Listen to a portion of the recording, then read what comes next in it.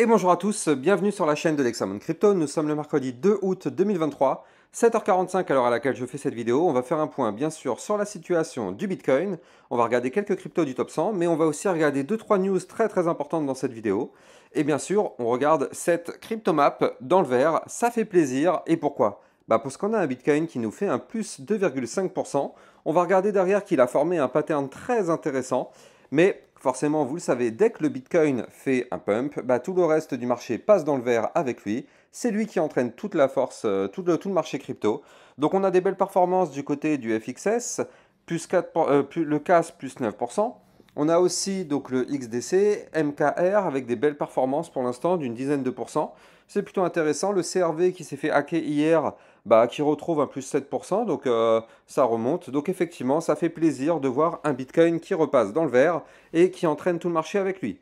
Allez, on démarre cette analyse technique sur le Bitcoin. Bien sûr, je rappelle à tout le monde que tout ce que je vais vous dire dans cette vidéo ne sont en aucun cas à prendre pour des conseils financiers.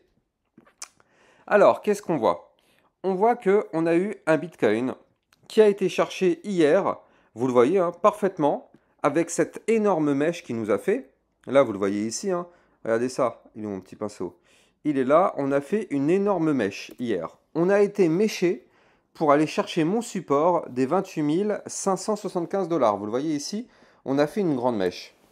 Mais c'est pour ça que je vous dis à chaque fois de bien surveiller les clôtures. Parce qu'hier, j'ai reçu des messages de tous les côtés sur Twitter, des personnes qui disaient ouais, ça y est, c'est la fin des haricots, le Bitcoin qui va tomber à 15K ou je ne sais quoi, je sais plus ce qu'on m'avait sorti, 17K ou je ne sais quoi.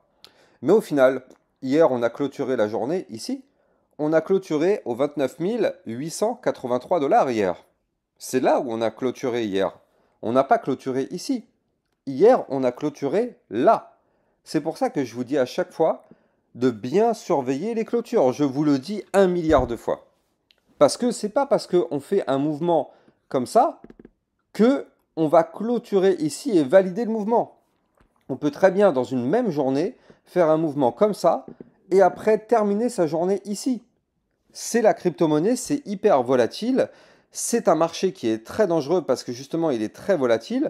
Donc dans une même journée, on peut avoir un dénivelé. Regardez ça, si on regarde un petit peu ce qui s'est passé hier, quand on a touché le point bas, hier on a fait quand même un plus 3,83% sur le Bitcoin. On n'est pas en train de parler d'un shitcoin là, on n'est pas en train de parler d'un shitcoin à la con. On est en train de parler du Bitcoin, plus 3% sur le Bitcoin. C'est juste colossal en une journée. Donc c'est pour ça qu'il faut toujours bel et bien attendre les clôtures, parce qu'effectivement c'est ça qui est déterminant. Et il y a encore trop de personnes qui malheureusement se font avoir. Donc bref, là on a trouvé un rebond parfait. De toute façon je vous l'avais dit hier dans ma vidéo, je vous avais dit que là on arrivait sur une zone de support important. Parce qu'on allait avoir bien sûr le support des 28 575, mais on allait aussi avoir la moyenne mobile sans période aux 28 530 $. Donc effectivement on savait qu'ici on allait trouver un support important. Maintenant qu'est-ce qui se passe? On a trouvé le rebond sur le support, puis derrière on est remonté et on est revenu backtester quoi? Le fameux bas du canal qu'on avait breaké. Et souvenez-vous quand je vous avais parlé de pullback, je vous avais dit qu'on allait avoir un pullback quand on était là. Ici, si vous reprenez mes vidéos d'il y a 4-5 jours, je vous avais dit qu'on n'avait pas encore fait le pullback du niveau clé qu'on avait breaké. C'est-à-dire qu'on avait breaké ici, vous le voyez, le bas du range qui était ici, là. On avait breaké ça ici. Là, vous le voyez, avec cette belle bougie de cassure, on avait breaké le bas du range. Or, à aucun moment, on était revenu retester ce bas du range qu'on avait breaké ici, là, vous le voyez. À aucun moment depuis la cassure, on est revenu retester. Or, moi, je vous ai dit quoi? Je vous avais dit que un range ou n'importe quelle figure chartiste, quand on la break, c'est bien, mais on revient toujours tester le niveau du break. Et qu'est-ce qui s'est passé? On a chuté, on a chuté, on a chuté, d'accord, c'est bien. Même plus bas, c'est bien. Mais on est revenu tester ici, avec cette belle mèche aujourd'hui, le bas du range qu'on avait breaké. Donc là, ça y est, le pullback est là. Le pullback est fait, on est revenu tester. Alors attention, on est toujours dans une configuration actuellement en vue jour, pullback pour mieux cracher. Attention à ça. On est toujours dans cette configuration pullback pour mieux cracher. C'est-à-dire que là, tant qu'on ne clôture pas, et c'est là où c'est extrêmement important, là, c'est extrêmement important. Il y a encore plein de débutants qui ne vont pas comprendre parce qu'ils ne veulent pas malheureusement se former alors qu'il y a plein de vidéos formations sur mon site internet gratuites en libre accès. Mais Là, c'est là où c'est extrêmement important. Tant qu'on ne clôture pas la journée sous le niveau qu'on avait breaké, c'est-à-dire sous le bas du range, ici, donc tant qu'on n'est pas repassé au-dessus avec une clôture jour au-dessus des 29 820 $, malheureusement, nous sommes en configuration cassure. Pullback pour mieux cracher. Attention à ça. Par contre, si on arrive à clôturer une journée dans ce range, c'est-à-dire au-dessus du niveau clé que je vous ai donné, bah dans ce cas-là, ça annule le pullback pour mieux cracher. Et là, dans ce cas-là, c'est l'effet inverse. C'est-à-dire qu'on aura fait un fake out avec une tentative de cassure par le bas. On réintègre le range. Et là, dans ce cas-là, c'est bullish parce que l'idée, c'est d'aller chercher par la suite le haut du range et pourquoi pas le tenter de le breaker par le haut. Mais tant qu'on n'a pas une clôture jour dans ce range, malheureusement, on est toujours sous la menace. Néanmoins, on a quand même pas mal de force ici avec cette belle bougie. Et bien sûr, cette force, elle est arrivée avec 2-3 news. C'est-à-dire que là, il y a déjà une news qui est tombée avec MicroStrategy. C'est-à-dire qu'hier, MicroStrategy, ils ont dit qu'ils détenaient 152 800 bitcoins pour une valeur d'environ 4,4 milliards de dollars. Donc du coup, ils ont acquis aussi 467 bitcoins au cours du mois de juillet, rien que ça. Je vous laisse imaginer les prix de fou, hein. À acheter 467 bitcoins en un mois, c'est quand même assez incroyable. Quand on a un bitcoin qui est à 30 000 $ à peu près, on en achète 467 000, je vous laisse imaginer la thune qu'ils ont, hein. Ça, c'est en un mois qu'ils ont acheté ça, hein. Donc bref, en gros, c'est une annonce qui est plutôt bull, parce qu'effectivement, une grosse entreprise comme MicroStrategy qui affirme détenir autant de bitcoins et qui continue d'en acheter, bah, c'est vrai que c'est une bonne nouvelle. Ça veut dire qu'effectivement, les gros continuent d'acquérir du bitcoin et les gardent. Donc ça, c'est pour ça qu'effectivement, ça a donné pas mal de force du côté du bitcoin. Et une autre petite news aussi, rien à voir, mais c'est intéressant. FTX, la réouverture de la plateforme crypto qui se précise. Donc là, on apprend petit à petit dans ce document que bah, la plateforme FTX est presque sur le point de réouvrir. Et alors, on n'a pas encore une date officielle, mais on sait qu'effectivement, ça va se passer bientôt. Apparemment, ils ont tout relancé, ils ont tout ce qu'il faut pour que la plateforme puisse réouvrir. Bon, bien sûr, ce ne serait pas avant 2024, hein, mais a priori, tout est clean sur la plateforme maintenant. Les erreurs du passé ont été corrigées. Alors, je dis a priori, hein, parce que c'est ce qu'ils disent. Après, moi, j'en sais rien, hein, je ne travaille pas là-bas. Moi, personnellement, il s'est passé une fois les choses, vous savez, hein, quand ça a dumpé, vous vous souvenez, on va pas refaire le point sur le crash FTX. Mais moi, j'avoue que j'ai perdu quand même pas mal confiance en cette plateforme. Alors, ça ne veut pas dire qu'elle ne peut pas devenir très très bien, hein. Elle peut très bien devenir une plateforme de fou dans les prochains mois, prochaines années, grandir, grandir, et c'est très clean. Moi, j'attends de voir personnellement, j'attends de voir qu'est-ce que ça donne. Pourquoi pas dans les années à venir, si vraiment c'est très clean, pourquoi pas tenter des choses dessus, j'en sais rien. Pour l'instant, j'en sais rien, mais là, aujourd'hui, en tout cas, moi, j'irai pas mettre la moindre piécette dans cette plateforme. Mais après, peut-être que je me trompe, hein. Dites-moi ce que vous en pensez en commentaire. Est-ce que vous pensez que ça vaut le coup de réinvestir un peu d'argent sur le FTX? Est-ce que vous pensez qu'effectivement, bah, il y a une grosse carte à jouer, il y a des choses intéressantes dessus? Est-ce que vous-même, vous avez confiance en cette nouvelle plateforme qui pourrait sortir en 2024? Dites-moi vraiment ce que vous en pensez en commentaire, ça m'intéresse parce que moi, j'avoue que pour l'instant, je suis plutôt sceptique. Donc voilà, au niveau des news, alors retournons du côté de notre Bitcoin. Moi, ce que je vois aussi, et c'est là où c'est très très très intéressant, c'est cette vue 4 heures. Alors, je vais dézoomer pour qu'on puisse voir bien la macro. Voilà, parfait.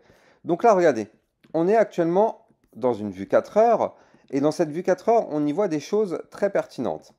C'est-à-dire que là, bien sûr, vous le voyez, ce gros canal descendant qui est ici en blanc, ça, c'est un canal descendant. Donc vous l'avez compris, tant qu'on est dans ce canal descendant, on est baissier. Oui, mais sauf que là, regardez ce qui s'est passé. On a breaké ce canal descendant par le haut, avec un magnifique rebond trouvé sur le milieu du canal. Vous le savez, le milieu du canal étant une zone de support. Si on break le milieu du canal, on va chercher le bas du canal. Or, là, on a trouvé rebond sur le milieu du canal, zone de support. Qu'est-ce qui s'est passé? On est remonté chercher le haut du canal. D'ailleurs, ici, vous le voyez au millimètre près, hein, avec cette bougie qui est là. On a retesté ici le haut du canal qui est ici, là, comme ceci. On a retesté le haut du canal. Et puis juste après, qu'est-ce qui s'est passé? on a breaké le canal par le haut et on a aussi par la même occasion breaké le ruban de moyenne mobile. Donc ça c'est plutôt intéressant quand même, parce que ça veut dire que là, le Bitcoin, ça y est, en vue court terme, le Bitcoin a terminé sa phase baissière en vue court terme. C'est-à-dire que tant qu'on était dans ce canal descendant, vous l'avez compris, on a un Bitcoin qui chutait. Or, là, la vapeur a été inversée, parce que là maintenant, vous le voyez, cassure du canal descendant par le haut, ça y est, maintenant on fait des choses un peu comme ceci, tac, tac, tac, tac. Vous le voyez? Soit on fait une sorte de latéralisation comme ceci, comme ceci. Quoi qu'il arrive, cette configuration indique que le crash est fini. Ou soit, on fait une configuration un peu comme ceci. Tac, hop, on rezoome comme ceci. Hop, on remonte, tac, comme ceci. Voilà. Mais là, quoi qu'il arrive, maintenant, le canal est breaké. La configuration baissière court terme est terminée. Maintenant, ça ne veut pas... Alors, ne soyons pas naïfs. Ne soyons surtout pas naïfs. Je pense que je vous ai quand même pas mal formé depuis maintenant plus d'1 an et demi au travers de toutes mes vidéos. Vous savez, qu'est-ce qui se passe après une cassure? Nous ne sommes pas naïfs. Nous savons pertinemment que le Bitcoin ne va pas pump to the moon là tout de suite à l'instant.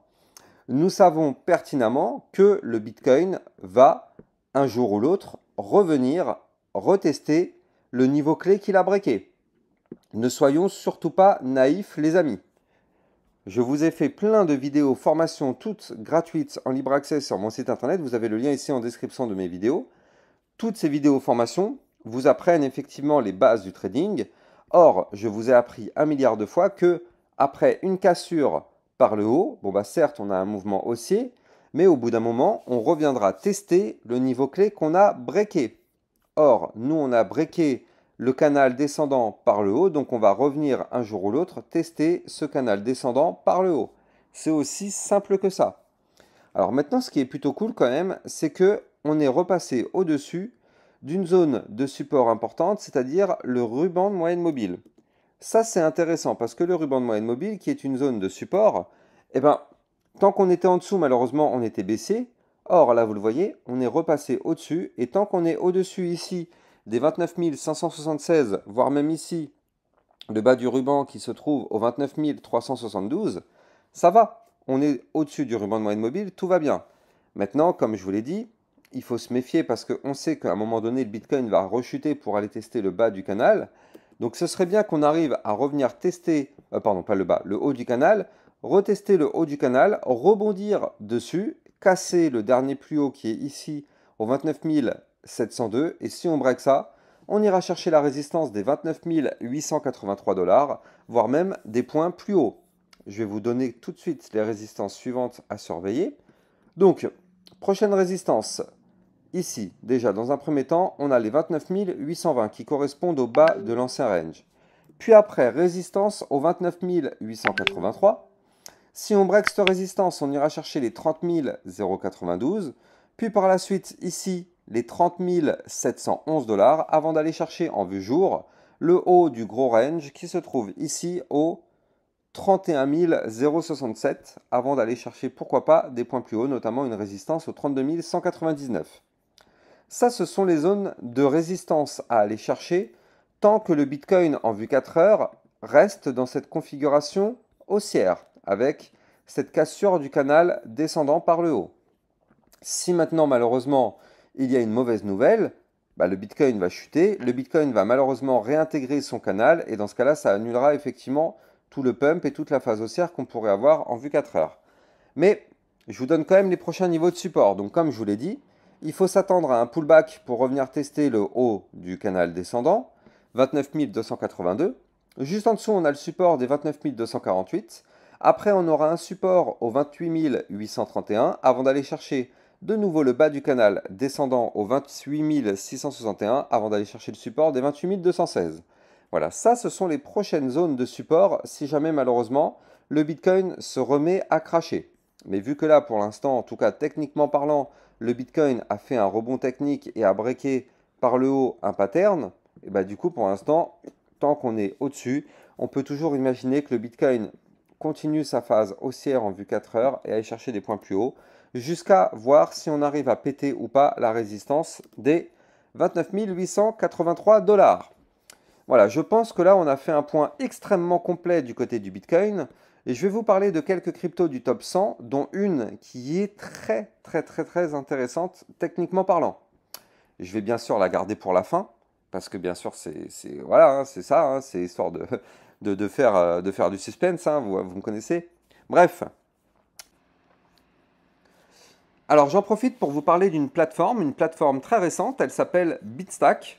Donc ça, c'est une plateforme plutôt révolutionnaire, parce qu'en fait, le concept est vraiment cool. C'est-à-dire que, en fait, l'application Bitstack, qui d'ailleurs, je le rappelle, est une application PSAN, c'est-à-dire qu'ils ont obtenu les agréments pour effectivement à vous apporter une sécurité et effectivement être qualifié sur le secteur européen. Donc ça, c'est plutôt quand même un bon gage de qualité. Il n'y a pas beaucoup hein, de plateformes qui ont obtenu l'agrément PSAN. Eux, ils l'ont, donc franchement, chapeau à eux. Mais bref, cette application, en fait, elle est quand même assez révolutionnaire dans son utilisation. C'est-à-dire qu'en fait, vous allez pouvoir connecter votre compte bancaire à l'application. Et donc, dans toutes vos dépenses du quotidien, par exemple, je ne sais pas, si demain vous allez au McDonald's, vous allez prendre un menu à 7,10 €. Et bien, en fait, l'application va vous faire payer en réalité non pas 7,10 €, mais 8 €. C'est-à-dire que l'application va augmenter à l'arrondi supérieur le prix que vous allez payer. Et en fait, le montant entre le prix que vous devez payer réellement et l'arrondi à l'euro supérieur, et bien en fait, ça ira dans votre portefeuille crypto-monnaie. C'est-à-dire qu'en fait, ça vous permet d'investir de façon douce, une sorte de DCA. À chaque fois que vous allez faire le moindre achat avec votre application, eh ben, vous allez cumuler effectivement des bitcoins derrière. Et ça va se mettre sur votre portefeuille crypto sur l'application Bitstack. Donc à chaque fois que vous allez faire la moindre dépense, je ne sais pas si vous allez faire l'essence, vous allez en avoir pour 30 € 23, et bien vous allez payer 31 € et les 67 centimes d'écart, pardon, 73 centimes d'écart, et bien ceux-là, ils vont aller sur votre portefeuille sous forme de Bitcoin parce que ce sera directement converti en Bitcoin et ainsi de suite. Donc à chaque fois que vous allez utiliser votre argent pour faire n'importe quel achat, vous allez cumuler indirectement des bitcoins, ce qui fait que c'est que quelques centimes à la fois. Donc c'est quand même transparent. Normalement, ça ne vous fait pas un gap dans votre portefeuille, vu que c'est que quelques centimes. Et à la fin du mois, bah, ça fait que vous aurez par exemple investi de façon douce, peut-être, je ne sais pas, une vingtaine d'euros, une trentaine d'euros, une cinquantaine d'euros, de façon très douce, de façon lissée. Et ça, sans même changer vos habitudes et sans même vous faire un trou dans votre portefeuille. Donc le concept est vraiment très intéressant. Si vous voulez tester et utiliser l'application, bah vous allez trouver le lien en description de mes vidéos. Donc on va commencer par parler de l'Ethereum. L'Ethereum, c'est intéressant. On voit que là, il nous forme potentiellement un double bottom. Ici, vous le voyez, on a un premier bottom, puis ici un deuxième bottom. On a une ligne de coût à breaker qui est ici aux 1880 $. Tant qu'on ne break pas ce niveau-là, on est bloqué. Si on arrive effectivement à breaker ce niveau-là, on pourrait avoir un Ethereum qui remonte. Et je rappelle que pour l'Ethereum, lui, le niveau clé à breaker, c'est les 1933 $, haut du range, haut des bandes de Bollinger. Tant qu'on est malheureusement sous ce niveau-là, on est bloqué. C'est la zone de résistance majeure à breaker sur l'Ethereum. Polkadot qui réintègre son ancien range, donc ça c'est plutôt cool. Tant qu'on est au-dessus des 5,155, on va dire que ça va. Si on repère ça, malheureusement, attention. BNB, ça commence à devenir pas mal. Hein.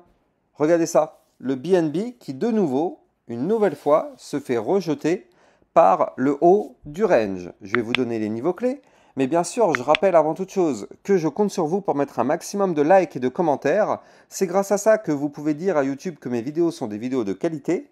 Et grâce à ça, YouTube mettra en avant mes vidéos dans les résultats des recherches. Donc je compte sur vous. Moi, c'est pendant les vacances, tous les jours même de l'année, tous les jours. 365 jours par an, je suis là tous les matins entre 8 h et 10 h à vous faire des vidéos d'analyse technique.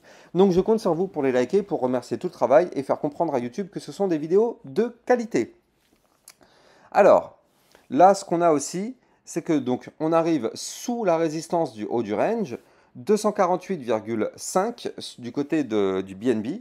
Tant qu'on est sous cette résistance, malheureusement, on est bloqué. Mais regardez ces bandes de Bollinger, comment elles sont très resserrées. Ça veut dire que si on arrive à breaker ce haut du range sur le BNB, on peut avoir un mouvement intéressant à suivre, pourquoi pas, dans les prochains jours, prochaines semaines. Affaire à suivre le BNB, hein. Il peut être intéressant, vous savez quoi? Moi, je vais me mettre une petite alerte. Tant qu'on ne break pas, de toute façon, la résistance, on est bloqué, mais ça peut être intéressant à suivre. Le XRP qui tente de regagner son niveau 0,5 Fibonacci à 0,7013, zone de résistance. Tant qu'on n'arrive pas à repasser au-dessus clairement de ce niveau-là, bah, c'est bloqué. Par contre, on voit que c'est intéressant.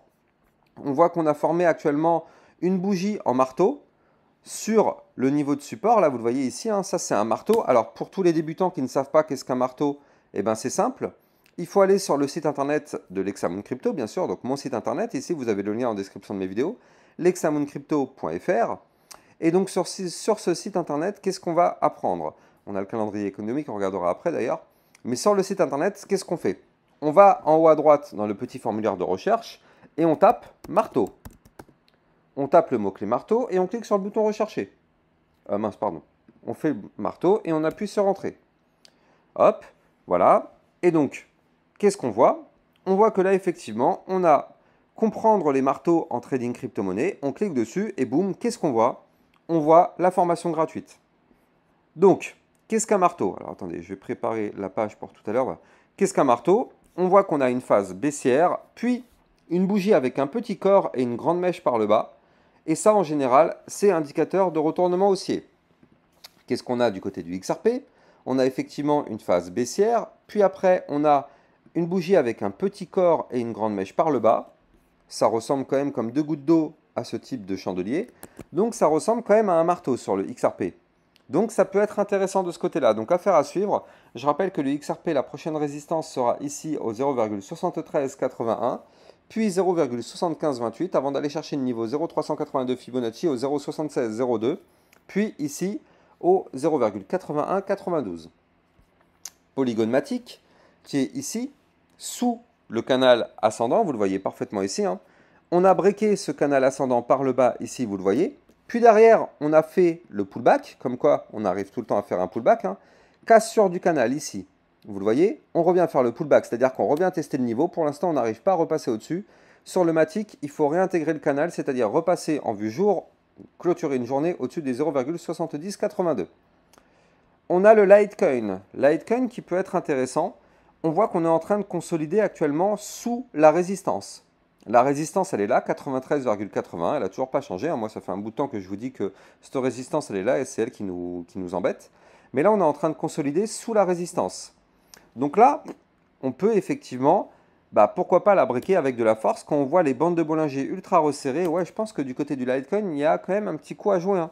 On va surveiller ça de très très près. Du côté du Litecoin, de toute façon, sur mon Twitter officiel, je vous mettrai des alertes en temps réel quand le Litecoin pourra effectivement être intéressant. Donc n'hésitez pas à venir me suivre sur mon Twitter officiel pour être sûr de ne pas rater justement toutes mes alertes crypto-monnaies. Le lien est ici en description de mes vidéos. Et on termine pour moi par le plus propre au niveau de sa configuration, c'est-à-dire le Solana. Solana qui avait formé ici un canal ascendant, qui avait été breaké par le haut, ici vous le voyez. Puis suite à cette cassure, on est revenu tester au millimètre près, regardez ça, le haut du canal qu'on avait breaké. Et on a retesté le haut du canal en faisant là aussi un marteau. Donc là, très intéressant parce qu'un marteau sur support de haut du canal, techniquement c'est quand même propre. Alors, ça ne veut pas dire, de toute façon, vous le savez, à la seconde même où le Bitcoin se met à cracher, tout le marché va suivre. Donc, ça ne veut pas dire que le Solana va pump tout de suite, non. Mais ça veut juste dire qu'avec ce type de chandelier, on augmente les probabilités de pump. De plus, si le Solana se met à pump, ça nous formera ici un très joli double bottom. Donc, effectivement, on va suivre ça de près parce que le niveau clé à breaker sur le Solana se trouve ici, 25,183. Si on break ce niveau-là, c'est un double bottom à plus 8,21% qui pourrait emmener le cours du Solana au 27,116. Donc effectivement intéressant du côté du Solana. On n'y est pas encore, c'est pas validé, mais affaire à suivre. Voilà, j'espère que vous avez kiffé cette vidéo. N'oubliez pas encore une fois de la liker, commenter, partager-la au maximum. Quant à moi, j'ai plus qu'à vous souhaiter une excellente journée. Je vous dis peut-être à ce soir, sinon à demain matin entre 8h et 10h pour une prochaine vidéo. Ciao, ciao!